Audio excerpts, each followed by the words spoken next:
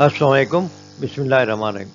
آج ہم نے فہم قرآن کورس میں سورۃ آل عمران کی آیت نمبر 23 اور 24 کا مطالعہ کریں گے۔ اس میں خود ساختہ عقیدوں کے انجام کا متعلق بتایا جا رہا ہے کہ دین میں اگر خود ساختہ عقیدے کسی نے گڑھ رکھے ہیں تو ان کا فائدہ نہیں بلکہ نقصان ہے، اور نقصان سب سے بڑا یہ ہے کہ دنیا کی زندگی کسی غلط فہمی میں گزر جاتی ہے اور پھر آخرت میں عمل کا موقع نہیں رہتا۔ تو سورۃ عمران کی آیت نمبر 23 میں یہود کا ذکر کیا جا رہا ہے کہ اگر ان کو کتاب اللہ کی طرف بلایا جائے تو اس سے پہلو تہی کرتے ہیں۔ اللہ کی قرآن کا کتاب کا مطابق فیصلہ کرنا، یہاں مسلمانوں کے لیے ہمیں آج قرآن کا مطابق فیصلہ کرنا ہی ضروری ہے، اور کتاب کے احکام سے پہلو تہی نہیں کرنی چاہیے۔ اور دین کے معاملے میں گڑی غلط فہمی یہودیوں میں پائی جا رہی تھی کہ بس چند روز ہمیں آگ چھوئے گی پھر ہم نکل آئیں گے۔ تو اللہ تعالیٰ فرماتے ہیں کہ ان کے خود ساختہ عقیدوں نے ان کو اپنے دین کے معاملے میں بڑی غلط فہمیوں میں ڈال رکھا ہے۔ آئیے ترجمہ پڑھتے ہیں لفظی۔ اعوذ باللہ من الشیطان الرجیم، بسم اللہ الرحمن الرحیم۔ علم تارا، کیا نہیں دیکھا، الا طرف کو الذین، وہ لوگ جو اوتو دیا گیا، نصیب ایک حصہ، من الکتاب، کتاب میں سے، یعنی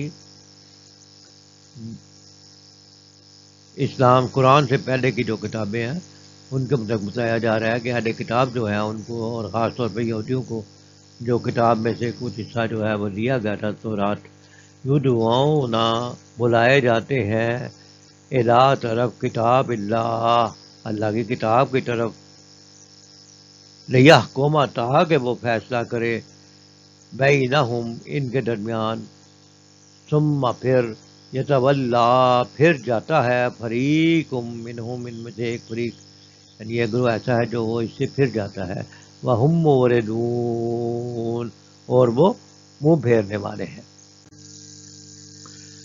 ذالک، یہ، بِأَنَّهُمْ، اس لیے کہ وہ، قالوا، کہتے ہیں، لن تمسنا النار، ہمیں ہرگز نہ چھوئے گی آگ، الا، مگر، ایام معدودات، گنتی کے چند دن، وغرہم، اور انہیں دھوکہ میں ڈال دیا ہے، فی، میں، دینہم، ان کے دین کے میں، یعنی ان کے دین کے بارے میں اس بات نے انہیں دھوکے میں ڈال دیا ہے، ما کانو، جو وہ تھے، یفترون، افطرا کرتے یا گڑتے، ما کانو یفترون، جو وہ گڑتے تھے، اس چیز نے انہیں اپنے دین کے بارے میں دھوکہ میں ڈال دیا۔ آئیے محاورہ ترجمے میں سمجھتے ہیں۔ الم تر الی الذین اوتوا نصیبا من الکتاب یدعون الی کتاب اللہ، کیا آپ نے دیکھا نہیں ان لوگوں کی طرف جنہیں دیا گیا کچھ حصہ کتاب سے، یعنی تورات کا کچھ علم، لیحکم بینہم، وہ بلائے جاتے ہیں اللہ کی کتاب کی طرف تاکہ وہ کتاب فیصلہ کر دے ان کے درمیان، ثم یتولا فریق منہم، پھر منہ پھیر لیتا ہے ایک گروہ ان میں سے، وہم موردون، اور وہ اعراض کرنے لگتے ہیں، ذالک بانہم قالوا لن تمسنا النار، یہ اس وجہ سے ہے کہ بے شک وہ کہتے ہیں ہرگز نہیں چھوئے گی ہمیں آگ، الا ایام معدودات، مگر چند دن گنے ہوئے، وغرہم فی دینہم، اور دھوکے میں ڈال دیا ہے انہیں اپنے دین کے بارے میں، ما کانوا یفترون، ان باتوں نے جو وہ گھڑتے ہیں، یعنی کیا آپ نے دیکھا نہیں ان لوگوں کی طرف جنہیں دیا گیا کچھ کتاب میں سے حصہ، یعنی تورات کا کچھ علم، وہ بلائے جاتے ہیں اللہ کی کتاب کی طرف تاکہ وہ کتاب فیصلہ کر دے ان کے درمیان، پھر منہ پھیر لیتا ہے ایک گروہ ان میں سے اور وہ اعراض کرنے لگتے ہیں، یہ اس وجہ سے ہے کہ بے شک وہ کہتے ہیں ہرگز نہیں چھوئے گی ہمیں آگ مگر چند دن گنے چنے ہوئے، اور دھوکے میں ڈال رکھا ہے انہیں اپنے دین کے بارے میں ان باتوں نے جو وہ گھڑتے ہیں۔ سید مودودی اس آیت کی تفسیر میں لکھتے ہیں کہ یہ یہودیوں کی خام خیالی ہے.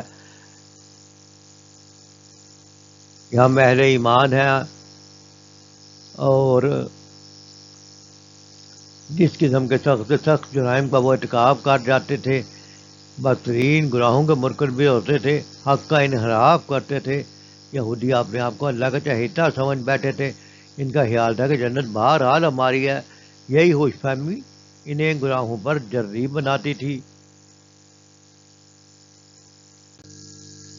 ڈاکٹر اسرار احمد اسرار کی تفسیر کے میں لکھتے ہیں یعنی وہ کتاب کو مانتے بھی ہیں لیکن اس کے فیصلے کو تسلیم کرنے کے لیے تیار نہیں ہے.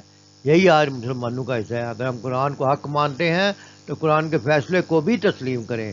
اگر قرآن کے فیصلے کو تسلیم نہیں کریں تو انہی آیات میں یہودیوں کا مطلق بتایا گیا ہے کہ کتاب کو تو مانتے ہیں لیکن اس کے فیصلے کو تسلیم نہیں کرتے اور کہتے تھے یہ تو سزا میں چند دن کے لیے ملے گی. تو جب سزا کو ڈاکٹر اسرار لکھتے ہیں کہ چند دن کا سمجھ لیا جائے تو پھر انسان سوچتا ہے حلال یا حرام کی کیا پرواہ، تھوڑے دن سزا ہوگی پھر ہم جنت میں چلے جائیں گے، اس لیے دنیا کی موج کر لو. یہ غلط عقیدہ لوگوں کے دماغوں میں چھا جاتا ہے اور یہی عقیدہ ڈاکٹر صاحب کہتے ہیں دراصل ایمان بالآخرت کو ختم کر دیتا ہے. آخرت کا ڈر جو ہے انسان میں سے نکال دیتا ہے. یہ عقائد جو نظریات انہوں نے گاڑ لیا یہ دین کے معاملے میں گمراہی کا شکار ہو گئے. اللہ نے تو ایسی کوئی ضمانت نہیں دی تھی.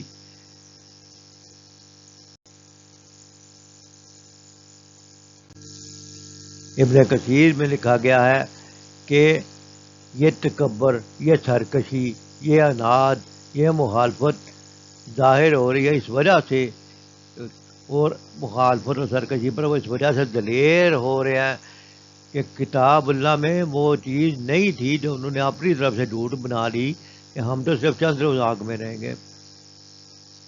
یہ جو اپنی طرف سے جھوٹ گاڑ کے انہوں نے اس کو کتاب سمجھ لیا، یہی ان کی ہدایت کی راہ میں بڑی رکاوٹ تھی. ابن کثیر لکھتے ہیں کہ یہ محض جھوٹ ہے، نہ تورات میں ہے یہ، نہ یہ بات نہ انجیل میں ایسی کوئی ضمانت تھی. قیامت کے دن ایک ایک گناہ کا حساب ہوگا اور کسی پر ظلم نہ ہوگا. مولانا شبیر احمد عثمانی لکھتے ہیں کہ یہود نے تو یہ عقیدہ گڑھ لیا تھا کہ ہم اللہ کے چہتے ہیں تو گھساہٹ گناہگار بھی ہوگا تو گنتی کے چند روز سے زیادہ عذاب نہ پائے گا. لیکن نصارہ نے کیا کیا؟ نصارہ نے ایک اور عقیدہ گڑھ لیا. انہوں نے دنیا میں کوئی کفارہ کا طریقہ عقیدہ نکال لیا، بپتسمہ یا پادری کے پاس جا کے کر لو، اس کا کفارہ کرو، اور گویا گناہوں کا سارا حساب بھی مٹا دیا. یہ سب خود ساختہ خیالات تھے. اس سے آخرت کا انکار ہوتا ہے، آخرت کی فکر بندے کے دل سے دور ہو جاتی ہے. میاں محمد جمیل تفسیر فہم القرآن میں لکھتے ہیں کہ آج یہ امت محمدیہ کے لیے یہ لمحہ فکریہ ہے کہ آل رسول کا نام لے کر کوئی اپنے آپ کو دھوکہ میں ڈال دیتا ہے. کسی نے عشق رسول کا نعرہ لگا کر لوگوں کو شریعت سے آزاد کر دیا ہے. کچھ لوگوں نے دنیا میں ہی بہشتی دروازے کھول رکھے ہیں. اور اس طرح فہم قرآن میں یہ تنبیہ ہے کہ یہی خود فریبی آج امت مسلمہ میں بھی داخل ہو گئی ہے. کوئی آل رسول کا سہارا لیتا ہے، کوئی عشق رسول کے نعرے سے شریعت کو نظر انداز کرتا ہے، کوئی کسی اور طریقے سے جنت کی ضمانت ڈھونڈتا ہے. یہ سب خود ساختہ طریقے ہیں جن کا آخرت میں کوئی فائدہ نہیں ہے. آج ہمارے لیے یہ سبق ہے کہ یہ صرف تاریخ بیان نہیں کی گئی قرآن مجید میں، بلکہ آج کے لیے ہمارے لیے بھی، مسلمانوں کے لیے بھی پیغام ہے کہ کہیں ہم بھی یہودیوں جیسی خود فریبی کا شکار تو نہیں ہیں. اس لیے اپنا محاسبہ کرے، اپنا ریویو کرے، کتاب اللہ کو پڑھے، سمجھے اور اس کا اتباع کرے. یہی کامیابی کا نشان ہے.